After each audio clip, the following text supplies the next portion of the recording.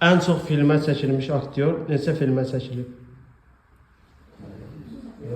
100. Yuxarı. 450. Yuxarı. 560. Yuxarı. 800.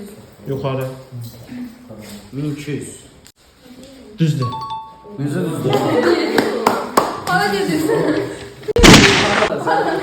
Bana verirsin tirana edirəm onu. Ən çox olimpiya medalı qazanan şəxs neçə medal qazanıb? Michael Phelps. Olsun 70. Aşağı.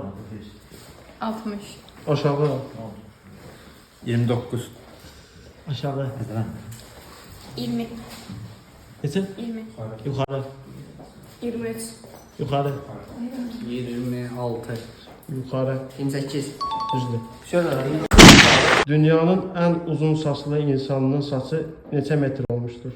Rapunzel.